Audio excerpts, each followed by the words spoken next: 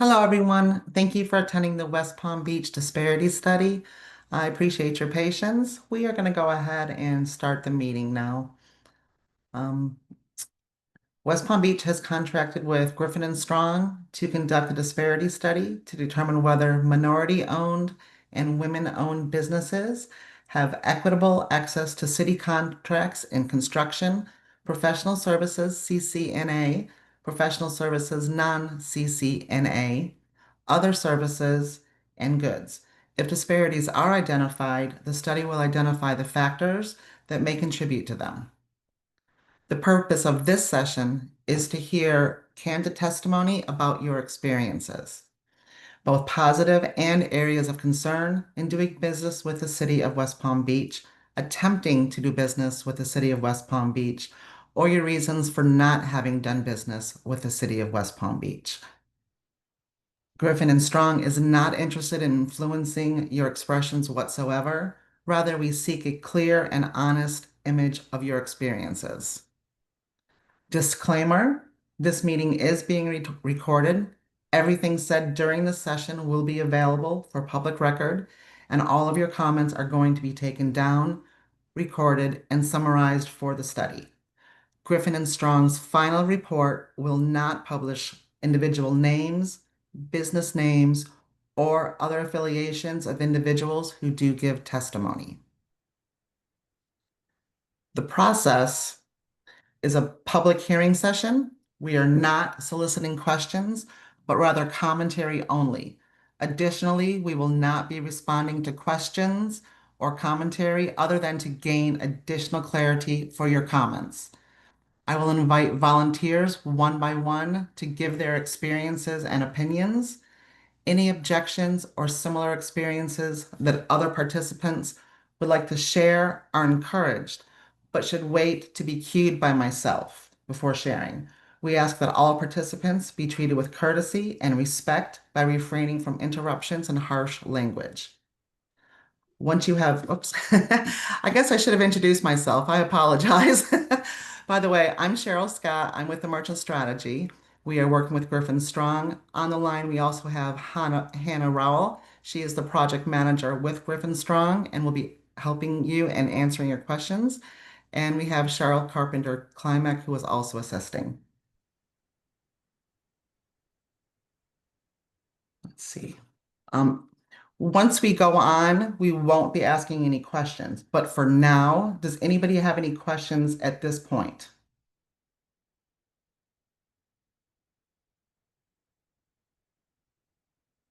Okay. When providing your comments, please begin by stating your name and your business name clearly for the record before beginning your testimony. Please keep your comments 3 to 5 minutes long so that everyone has time to share. If your comments do go longer than 5 minutes, I will wave my hand to let you know to wrap up your comments so that everyone else can share. If you run out of speaking time, but we do have additional time at the end of the session, I will come back to you to share any additional comments you may have. Those are all the instructions that we have for you today. We will now begin the public hearing session. Down at the bottom, if you hit the react button, you'll be able to raise your hand. If you use the raise your hand function to share, that will be my first way of calling on someone. Another way you can do it is you can unmute yourself and ask to speak. We will also address comments and questions through this chat section. So, anybody ready to begin?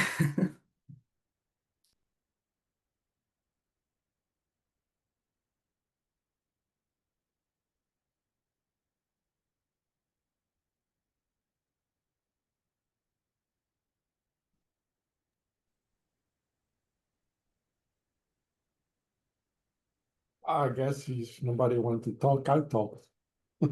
My name is Bernardo Cardenal. I'm with an engineering company, Rocama Engineering, and my experience has been that the architects which are in the will hire us in any county work have told us that the county prefer specific companies they don't want to change to new companies. Although I have 50 years experience, that doesn't count. Is you are buddy with somebody in the county, you will get the job. The architect, which have a lot of reason, are going to spend $10,000 and putting this proposal together, but you don't have not worked with the county, and they're not going to choose me. They're not going to give us a point if I use somebody that already worked with the county and the county knows about it. So that is essentially in a wrap what the county and the people that do this evaluation do. They prefer to get their job easy and use people that they have worked in the past. They don't want to work with anybody new. And that is the truth, and nobody really tell you that. But I don't care because I don't have nothing to lose. Participant Bernardo, I do appreciate you sharing, but you were referring to working with the county or the city of West Palm Beach? The city, The city, okay. I just wanted to make sure because I thought I Yeah, heard you say the county. My county and the apologies. city is not different. Even the federal government is not easy. And it's the same. At school board, the same. Everybody is the same, and that's been my experience in the last 40 years. I'm sure everybody else will have pretty much the same experience, but that's my comments. We definitely Thank you. appreciate you sharing, participant Bernardo. Did you have anything else that you could share, or was that all? That's pretty much all. Okay, we definitely appreciate that. I don't know if you can change this because you have Mhm. to change people, or you can give new companies more point, or tell the company that already work, you cannot work again until Mhm. a cycle of 5 jobs going through. I don't know how you can fix that. But the opportunities are there, but they are not shared equally. There are only a specific, everything, a school board, city, or town is the same. So it's pretty sad because at the beginning, 20 years ago, they were using me a lot until the architect told me, I'm sorry, but I'm minority now, so I don't need you. Okay, that's great. But no, it's the county and the city that's the attitude right now, in my experience. So I don't really pursue any work because I know where my answers were going to be. Thank you so much for sharing your experience. Do we have someone else who would like to share?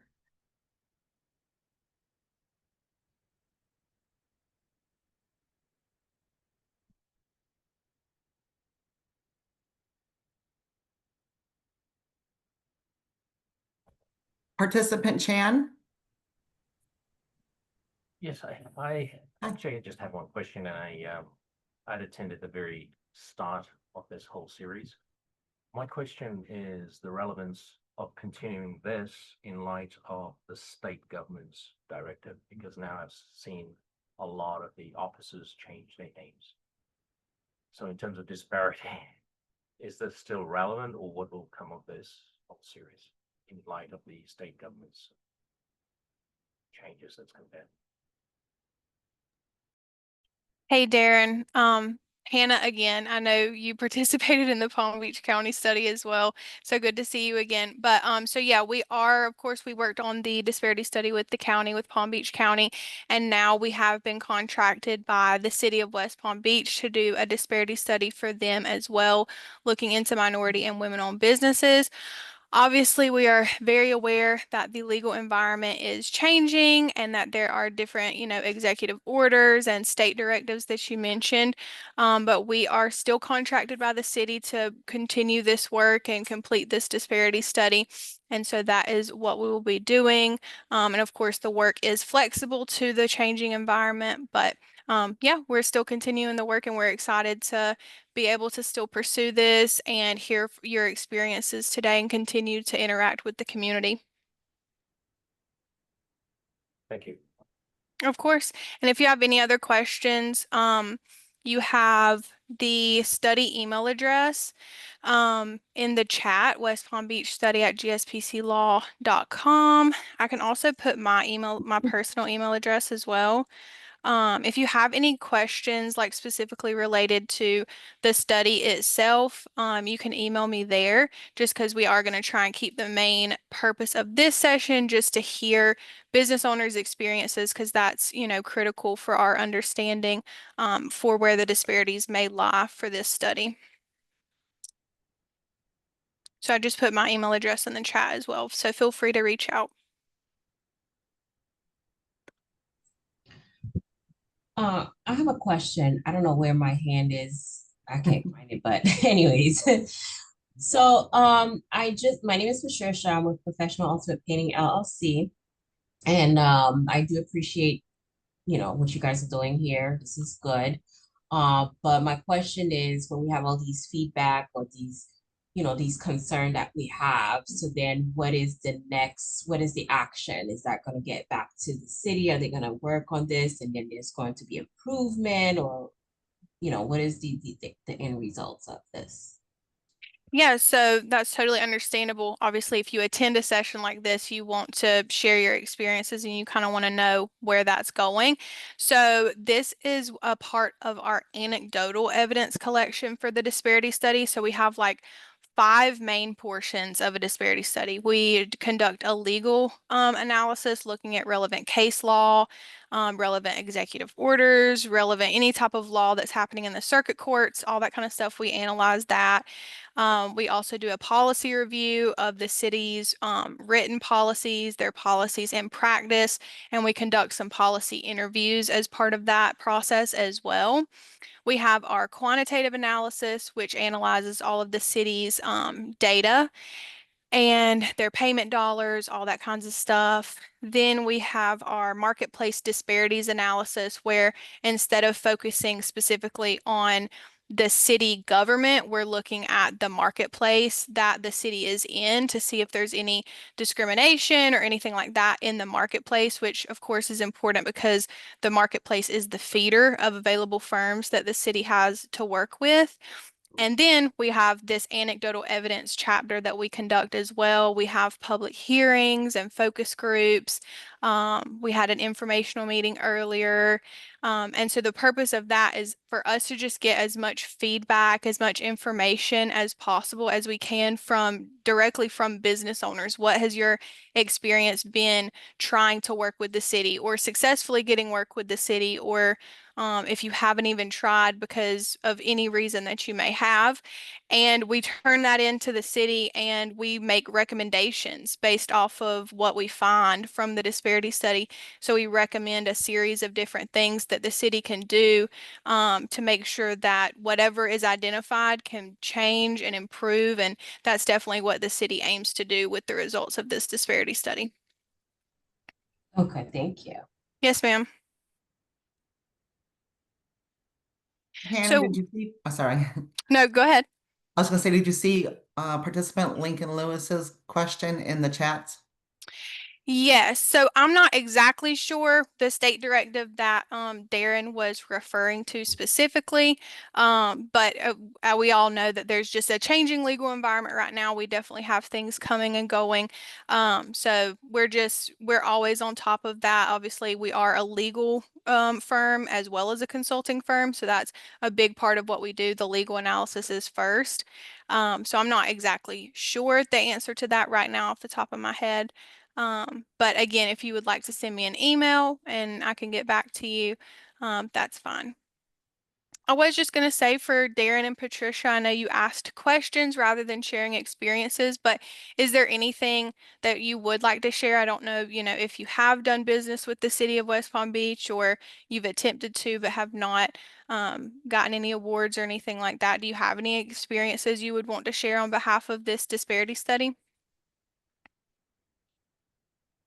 Patricia, go ahead. Yes, so I found my hand. So I would say for as far as the city of West Palm Beach, um, I don't have a lot of invites where they put set aside like the others. Like, Palm Beach County, it seems like, they put more set aside for small business or minority or women. So that's one thing that I find I don't see a lot of that.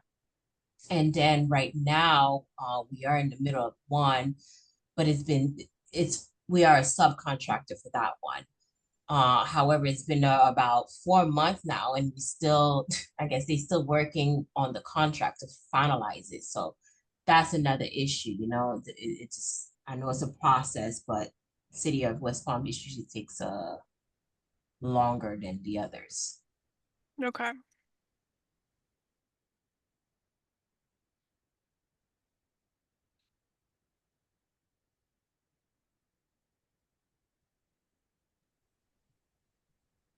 Participant Darren, did you have anything else you'd like to share about your experiences?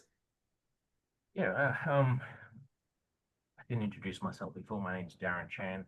I'm owner of the company VSB Softwash. We haven't made any inroads with the city as yet. We have had with other local government departments, and I think I touched on this previously, and I used the word gatekeeping. And I seem to hear it in parts from the two the participants that spoke earlier, and this is coming directly from one of the sort of meet and greets that they have, and we constantly hear you've got to network, you've got to reach out, you got to network, and I totally understand that. The issue then comes to it's a big strain on small companies. There's no doubt. We're very small. Either we're on a job site or we're doing something else in the business. Until we get to a point where we can have a dedicated, salesperson or account person to handle that. But what actually came out of one particular, the last one that I attended, and this kind of drove home to me. It's almost like a no-win situation that we've just got to. It's a time sink, but we were told yes, network. So I asked very specifically, who do I call? Give me one name, right? And remember, I used the word gatekeeping, and the person was actually sitting up in the panel, and he said, "Call me," right? But actually try and get to that person. He heads up a whole maintenance section, and we were targeting specific work. And this comes to the other participants' comment. You don't hear about it.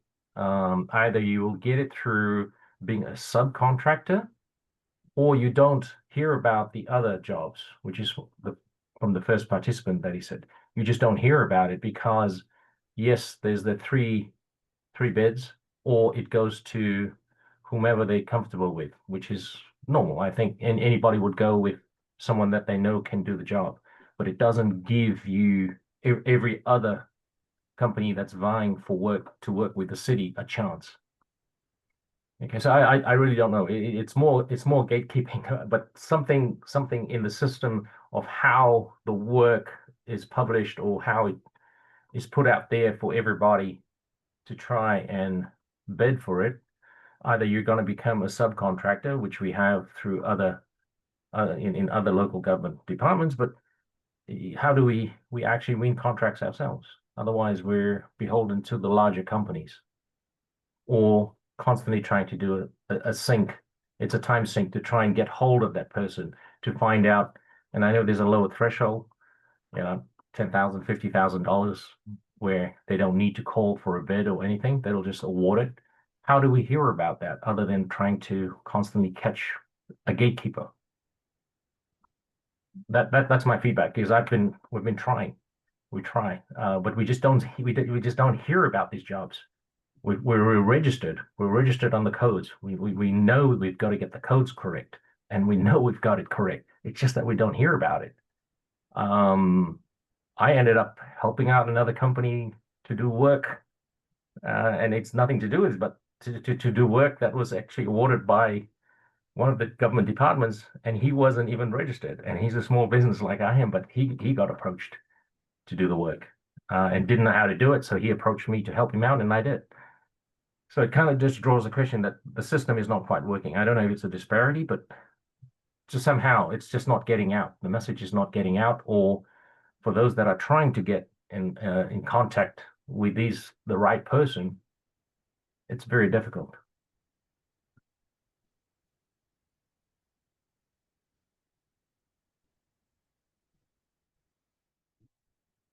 Thank you for sharing that, participant Darren.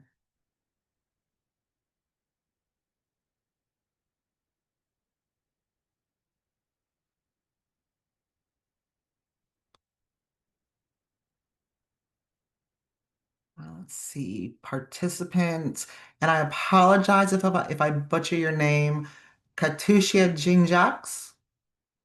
I'm seeing my challenge, finding where to register my business to submit bids.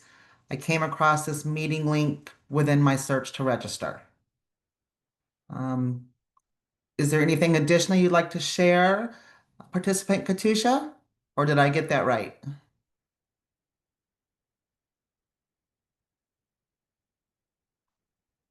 Okay. Thank you so much. Participant, oh, I do see you put that. Thank you so much, Katusha. Participant TJ Long, thank you for conducting this public hearing. May I ask how many minority contractors there are in Palm Beach? That is not something I know off the top of my head, unfortunately, but good question. I'm not sure. Participant TJ Long, do you have any experiences you've had with the city that you could share with us?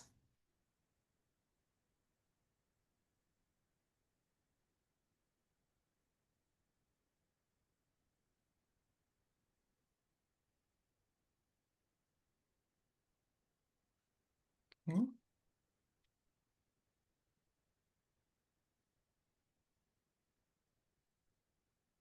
I appreciate that. Thank you, sir. Um, do we have anyone else who would like to share some experiences they've had with the city, either doing business, trying to do business, or reasons why you have not attempted to do business?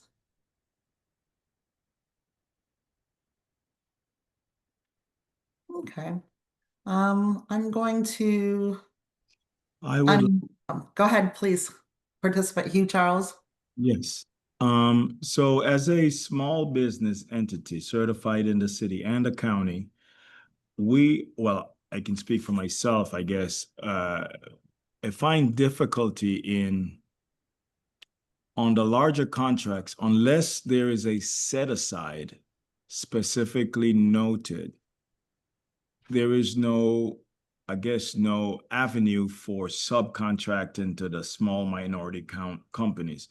And I'm speaking particularly to my field, which is security. So when they're asking for past performance on these larger contracts, very difficult to even compete on the same playing field without a prime kind of allowing you to be a sub. But so we're all, like, a lot of companies are encouraged to be certified as SBEs in Palm Beach. My question is that list of certified, someone asked how many certified companies or small businesses there were, but the certified guys that went through the process, is that list required by, say, the city of Palm Beach to be used for your subcontractors? Because what happens is a prime already knows and has his person that might not be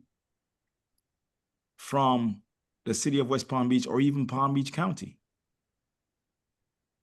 So does Palm Beach City of West Palm Beach require them to use that list of certified SBEs within Palm Beach County as their subcontractors? I guess that would be my question, and that's been my experience.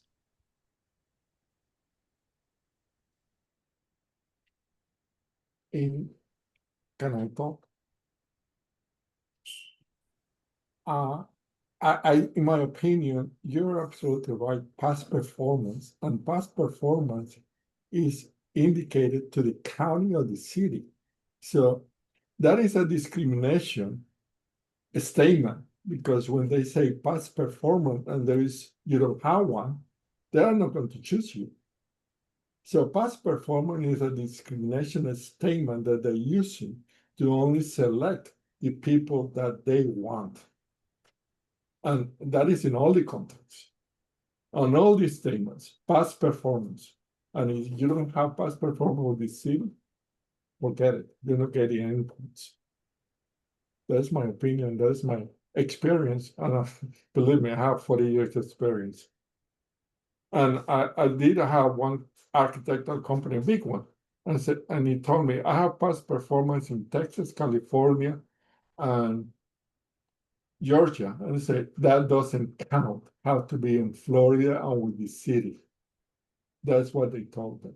So at that point, they quit. They didn't went back to ask for or do any more attempt to get any work, because that is the attitude of the past performance indicate. You can ask. I'm free of talking. I'm sure other people have the same experience, but I don't. I think we need to let you know that we have experience. And it's the means and method. How are you going to change this? I don't know. It's a big task to change the way they choose people to work for them. Thank you for that, participant Bernardo.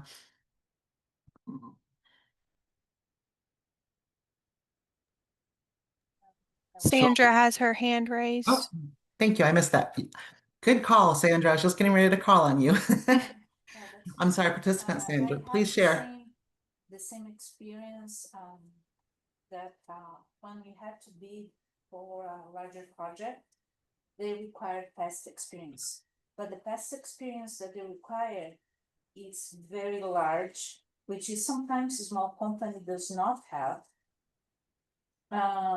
Or you don't have, for instance, you're used to, you know exactly what you have to do, and you have the experience on the items they require, but they want, let's say, something that you normally do 10,000 square feet. They want you to have 500,000 square feet of experience on a particular type of work that you have to do. So that's one of the ways, I guess, to weed out. And it definitely has to be in Florida or in the county, otherwise it doesn't count. Of course, larger companies will have more options and more opportunity, and they are large for a reason. And another thing also, I find that when people say small businesses, what really is a small business, right? Because most of here, the people that I'm seeing here today is just like, that's really a micro business. It's not even a small business. We would never be able to compete with someone that a $500,000 company or $100,000 company cannot compete with a 10, 15, 20 million that is still considered small business, but you are not going to be able to compete with them. There is insurance requirements, there are insurance requirements, there are other requirements that a micro and really small business with 5 to up to 10 employees, let's say, will not be able to compete. So I think that there's a disparity on sizes of companies, what's considered a small business as well. Thank you for that. Um, Hannah, did you see participant Katusha's question? I did not. She has it in chat. Let me look for it. I think I can find it on their website and I can drop that in the chat. And then I think when I called about said about Sandra having her hand raised, Hugh, participant Hugh, were you trying to say anything else? I thought I saw you unmute and I want to make sure I did not cut you off. Yes, I just wanted to follow up with the question. The SB program is established to allow us to, I guess, be a little more competitive for city contracts, county contracts. I just had a question as to how many contracts have been awarded in the past 2 years within the city of West Palm Beach to SBE certified companies above the threshold of $50,000. That threshold is significant. That's a sign-off threshold for most city contracts. But above that, where you have to go into the competitive bidding process, how many of those contracts have been awarded to SBEs when they have to compete with primes who don't fit that criteria? Does anyone know that number? And it's to see really if the program is working, if the effort going through getting certified is actually working for me. Yeah, so I do not have the answer to that either, but I want to make sure I take it down correctly so that it's communicated to the city correctly because I'm from Griffin and Strong. I know that can get confusing sometimes. I'm not with the city. So you said your question was how many contracts have been awarded within the last 2 years within the city of West Palm Beach to SBEs, and then you mentioned a threshold. What was that threshold? $50,000, where they Under have to go through the $50,000. competitive bidding process. Yes. Okay. Contracts where it has to go through the competitive bidding process. That has to go through the competitive bidding process. Okay. Over 50,000 in this case. I'm Under sorry, 50,000, yes, under 50,000, you don't need to have a competitive Okay. bid. You can, but you don't have to, according to what I was told when I went through the certification process. Correct. Okay. And you said to certified SBEs. Okay. Wanted to make sure I got that down accurately.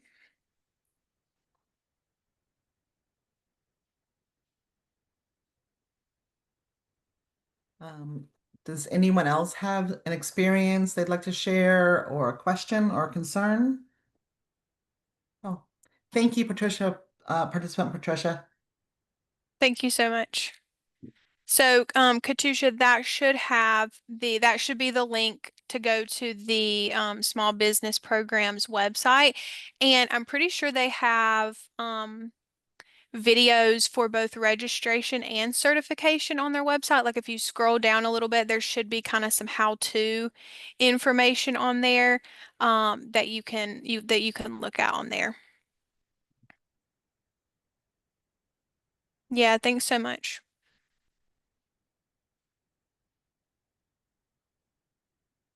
Participant Aida Baez, would you like to share or at least introduce yourself and say what company you're with?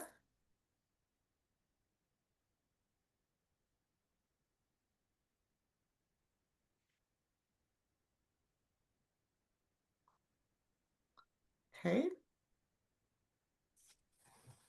Good afternoon. Sorry about that. I was trying thank to you. open the mic. I was having No trouble problem. Thank you finding so it. much. Not a problem. My name is Ida Baez. I'm an owner of a small business structural firm in Boca Raton, in Palm Beach, and our office is certified both in the county and with the city of West Palm Beach. And I'm just listening in on the comments. We have been very lucky. We're 4 years old.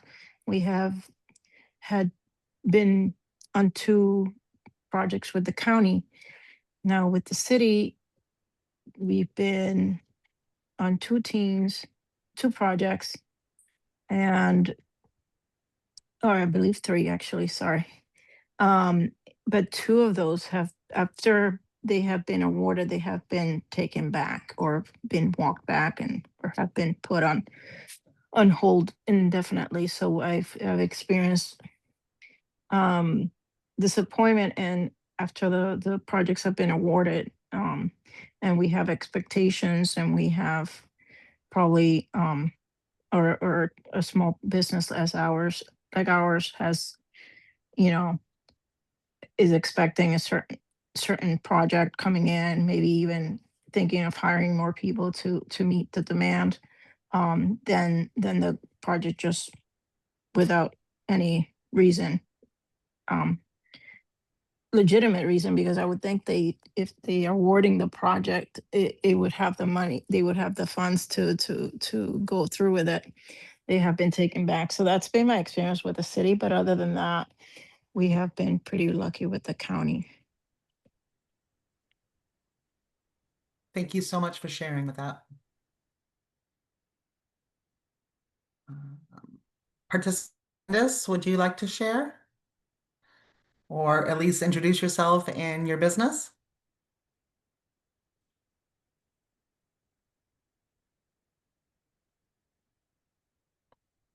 Participant Candace Key? So, are you there? Yes, hi. Sorry. Nope, that's okay. Candace, I think you accidentally went back on mute. Can you hear me? Yes, Yes. ma'am. Okay. So basically what if I get anything, if I get any kind of business, it's fine. But what I have is I have a business where I do administrative support, I do bookkeeping, I do paralegal services, and I do all of that stuff. But where I'm focusing on is my mobile notary business. And where I specialize is in the after hours and on weekends. And when I put in the information for the city, it's basically offering notary services. So I don't know how the city would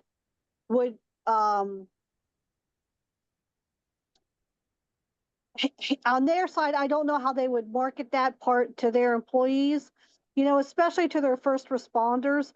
Because one of the things that I offer with my notary business is if you're a first responder or you're military, whether active duty or a vet, I do notary services for free. I don't charge for those services.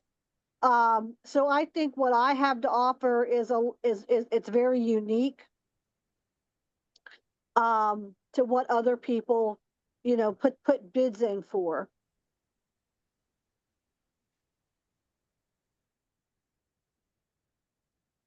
Appreciate you sharing that.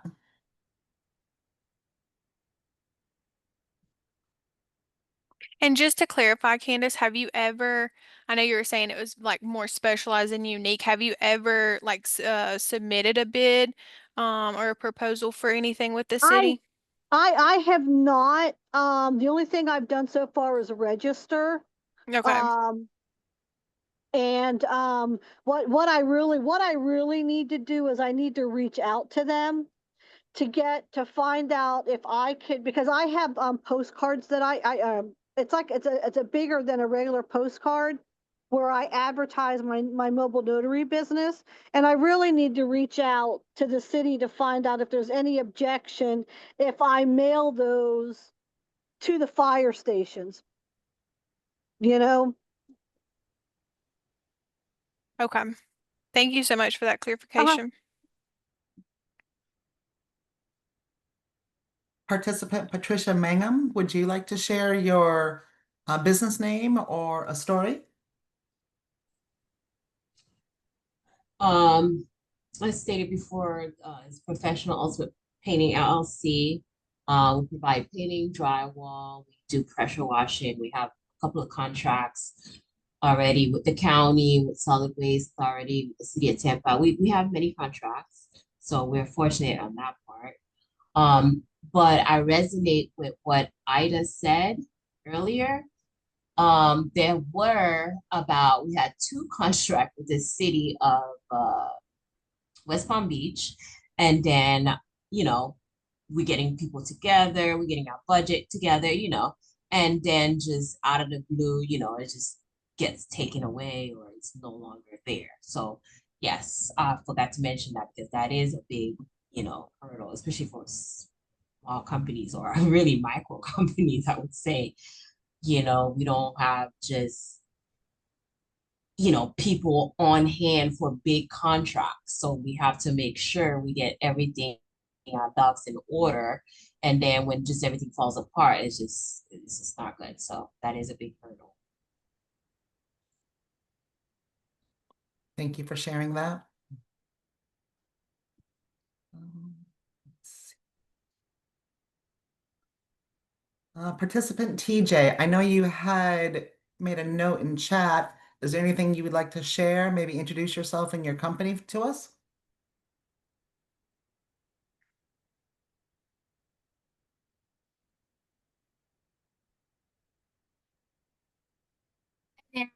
So my name is TJ Long and I am new with Associated Builders and Contractors. We are the largest commercial construction trade association in Florida. And our chapter runs from Brevard County down to the Florida Keys. And we have over 500 members. And we actually have an apprenticeship institute, which is the largest single provider of apprenticeship education in the state. So I am new to this role, and so I'm interested in learning about what is out there for the disparity study and what the concerns are. So I really appreciate you conducting this public hearing so I can learn more about this. Thank Yeah, you. TJ, I'm actually really glad that you're on the call as well as a part of our, I don't know if you were on the call earlier when I was speaking about all the different ways that we collect anecdotal evidence for the disparity study. But one of the things I did not mention is that we also conduct one-on-one interviews. So we conduct one-on-one interviews with business owners, but we also conduct one-on-one interviews with organizations in the community, whether it be civic organizations, business, or specifically trade organizations as well. So if you or anyone at your organization would be interested in participating in an interview, I would love to do that for the disparity study as well. Perfect. I appreciate that. And I will share that and see what feedback I get. And I have your email so I can send you any information then. Okay, that's perfect. Thanks so much. I would look forward to that. Sure. Thank you. May I ask a quick question? Of course. For Thursday, you have another, is it the same thing for the public hearing? That's right. So yeah, we're having another Okay. session on Thursday. I think it's at lunchtime. So we just wanted to spread out the times a little bit. So if one time or one day worked better, you know, everybody would have an opportunity to join. But yeah, it'll be the same format. Okay. Thank you very much. Yes, ma'am.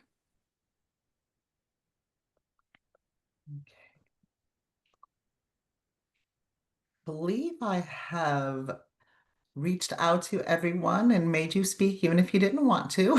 And we appreciate that. Was there anything else anyone would like to share with us? I was just going to call on participant Lincoln Lewis just one more time to see if you are in a place where you're able to unmute and introduce yourself and your business, or if you could drop it in the chat. Just want to make sure everyone has a chance to share.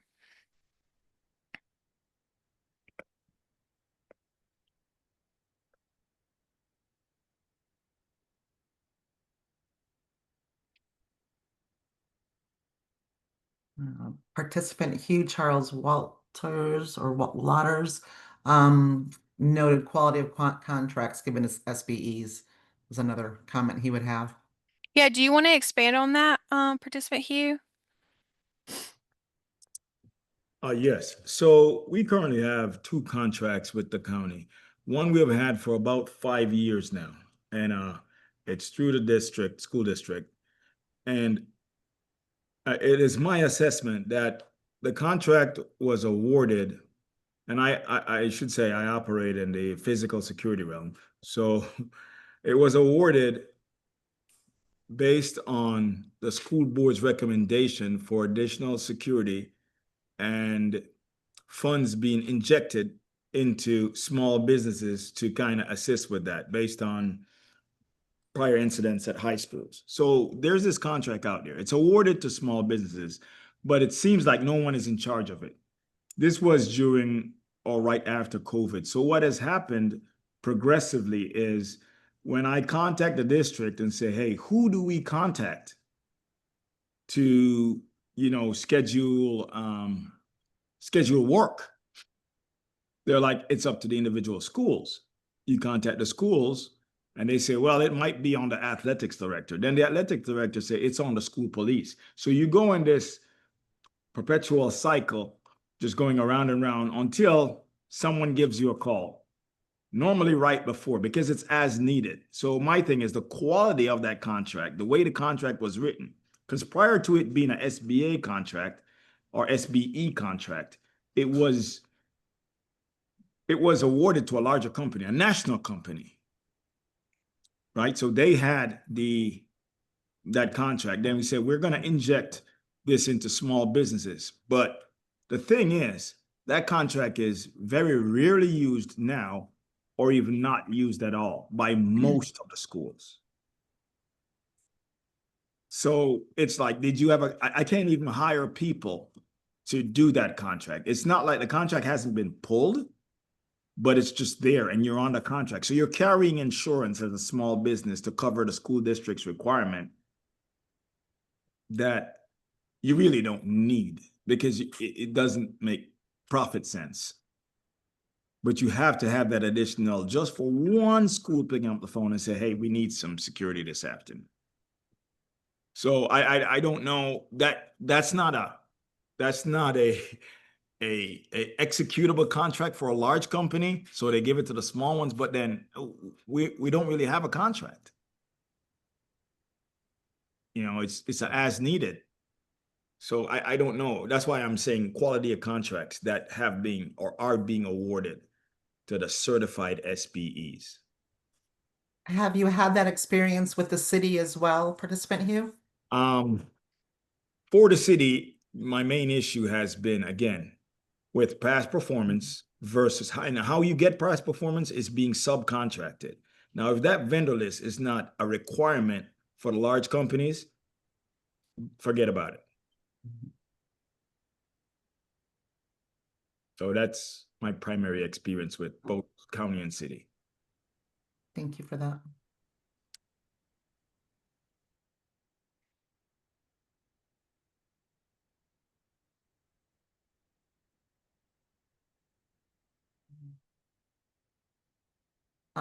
Participant Darren, you have your hand up?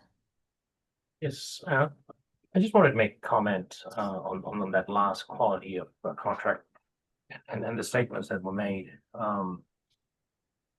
My perspective is ultimately all the contracts are business contracts.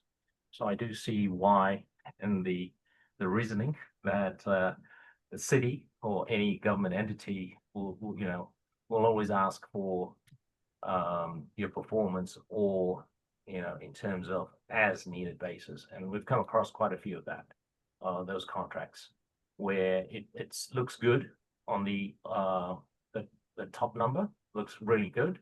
But as you drill down into it, you discover that it's broken down into multiple sections of departments and is on as needed basis, and it's to be requested by a particular manager of, say, a facility or location.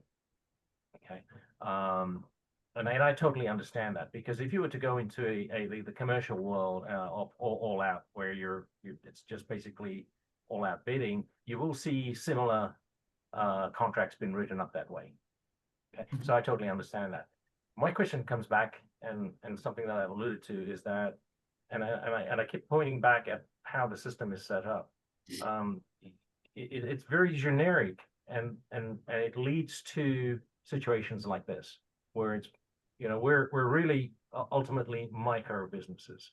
Where the city performs really well is when they're awarding large civil projects.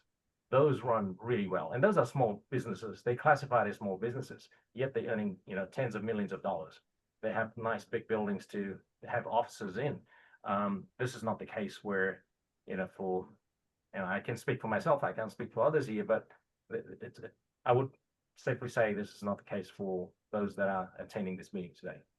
And something I had alluded to that perhaps the city needs to look at, and this puts the burden on them for having good project managers, but not to award it to one small company in this contracts, but bring in a group of small companies, because one, we definitely can't afford to carry the insurance, and I'm carrying one right now for a county project, where as soon as the project's over, I'm dropping that insurance because of the huge overhead that I need to carry.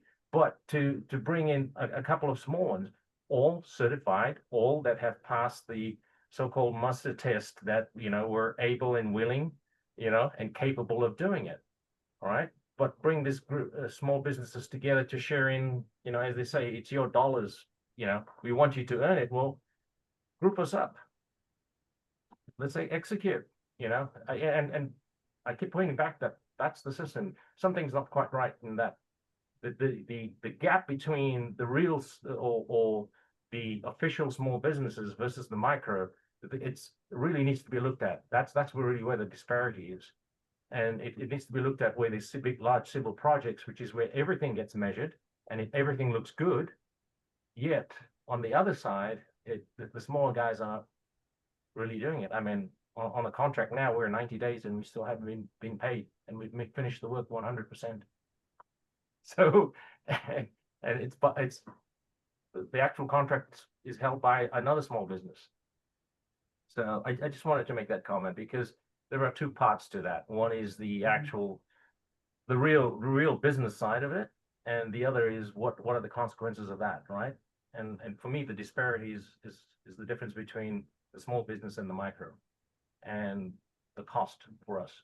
There's just nothing there that's really helping us move up into that next level when we've got to carry a huge cost.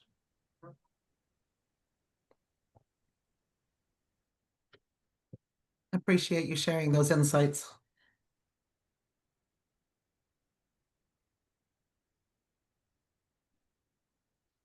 Cheryl, if I may, sorry to interrupt you. So I know we've had a really awesome session today. We've had an hour of great comments. For anybody who hasn't spoken or who might have spoken earlier, but since then somebody mentioned something that jogged your memory and you could kind of relate to that, or you have a totally different experience to that. If you want to share absolutely anything else, please feel free to do that. But I appreciate everyone's participation. Absolutely. Thank you.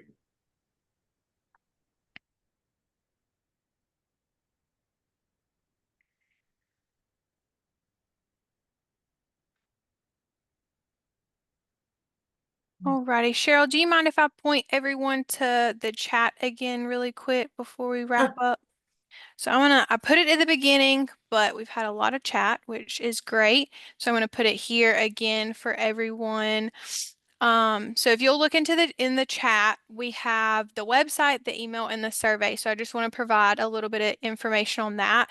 The website is the West Palm Beach Disparity Study website. That's our designated website for this disparity study. On there, you can find information about events that have already occurred. If there's recordings that you can watch, for example, the informational meeting that we conducted in July, I want to say. But there's also events that are coming up. As TJ mentioned, we have an event on Thursday. So you can find information there about that. You can find information about who Griffin and Strong is, what work we're doing, what a disparity study is. There's some questions and answers on there as well. You can look into the study team. Anything like that that you want to find out about the disparity study is there. If there's not something that you can find on the Disparity Study website and you want to reach out to Griffin and Strong, there's an email address listed there, westpalmbeachstudy@gspclaw.com.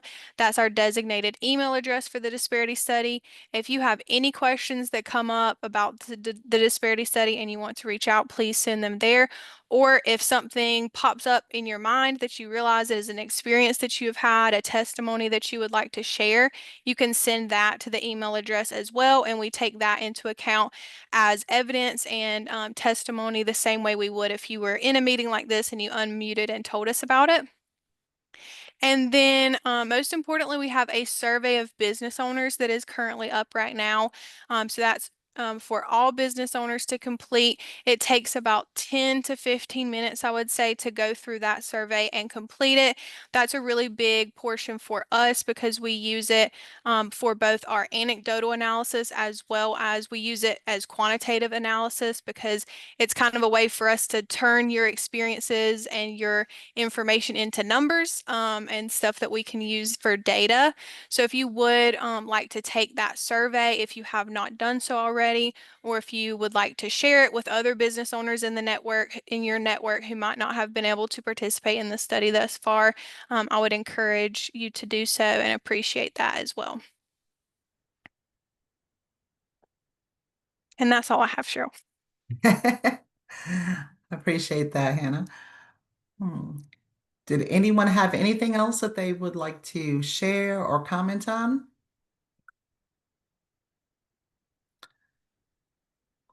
Okay. With that, then, I think that we will put this to a close. We definitely appreciate you joining and participating. Your comments, questions, and concerns are all very valuable and necessary pieces of the puzzle for us to complete the study. Hope you all have a wonderful evening, and thank you so much. Thanks, everyone. Thank you. Bye-bye.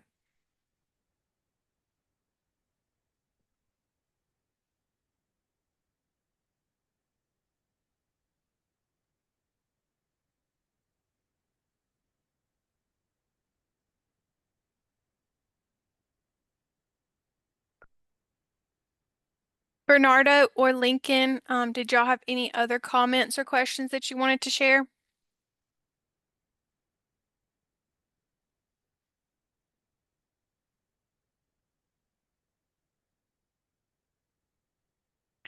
Alrighty, I'm going to go ahead and end the meeting. Thanks, everyone. Thank you.